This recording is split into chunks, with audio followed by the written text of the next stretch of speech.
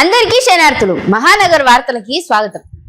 సర్కారోళ్ళ medical కాలేజీలను public private partnership PPP విధానంలో అభివృద్ధి చేసే నిర్ణయం పైన అసలు వెనుక పోయేదే లేదని ముఖ్యమంత్రి నారా చంద్రబాబు నాయుడు స్పష్టం చేసి చెప్పిండు.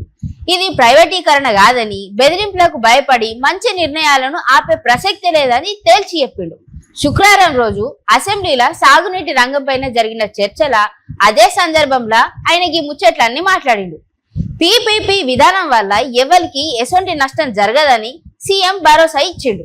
హైవేలను పిపిపి పద్ధతిలో నిర్మించిల్లు, అంత మాత్రాన ఆ రోడ్లు ప్రైవేట్ వ్యక్తులకు ఇచ్చినట్టేనా? ఆస్తి ప్రభుత్వానిదే, గడువు ముగిసిన తర్వాత సర్కారోళ్ళకే అప్పగిస్తారు. అదే విధంగా మెడికల్ కాలేజీల యాజమాన్యం కూడా ప్రభుత్వానిదే అని ఆయనకి వివరించిండు. ఈ విధానం ద్వారా నాణ్యత పెరిగి పేదలకు ఉచితంగా మెరుగైన సేవలు అందుతాయని చంద్రబాబు నాయుడు పేర్కొన్నాడు. అంతకుముందు రాష్ట్రంలో జలవనరుల అభివృద్ధి, సాగునీటి ప్రాజెక్టుల పైన ముఖ్యమంత్రి పవర్ పాయింట్ ప్రజెంటేషన్ ఇచ్చిండు. రాబోయే 5 ఏళ్లల్లా సాగునీటి ప్రాజెక్టు కోసం కూటమి సర్కారు 60,000 కోట్లు ఖర్చు చేయనుందని ప్రకటించిండు. సమర్థవంతమైన నీటి యాజమాన్యంతోనే రాష్ట్ర సమగ్రాభివృద్ధి సాధ్యమని ఆయన అన్నాడు.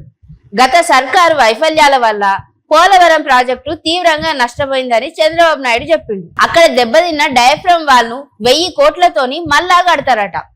2027 డిసెంబర్ నాటికి ప్రాజెక్ట్ ని పూర్తి చేసి జాతికి అంకితం చేస్తారట.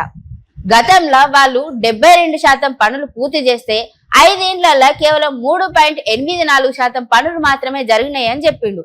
ఉత్తరాంధ్ర, రాయలసీమ ఈ ప్రాంతాలలో పెండింగ్ ప్రాజెక్టులకు వాళ్ళ సర్కారు అధిక ప్రాధాన్యత ఇస్తుందని సీఎం చెప్పిండు.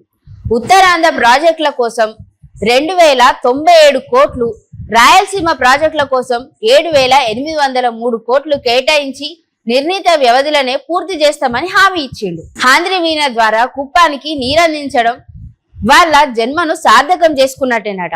గత 5 ఏళ్లలో సాగునీటి రంగాన్ని పూర్తిగా నిర్వీర్యం చేసిల్లని, ఎత్తిపోతల పథకాలను ధ్వంసం చేసిల్లని ఆరోపించిండు. రాష్ట్రంలో నదుల అనుసంధానం పైన కూడా సీఎం ప్రస్తావించిండు. గోదావరి నీటిని బనకచెర్ల వరకు తరలిస్తే రాయలసీమ సస్యశ్యామలం అవుతుందని, వృధాగా సముద్రంలోకి పోతున్న నీళ్లని సద్వినియోగం చేసుకోవాలని పిలుపునిచ్చిండు.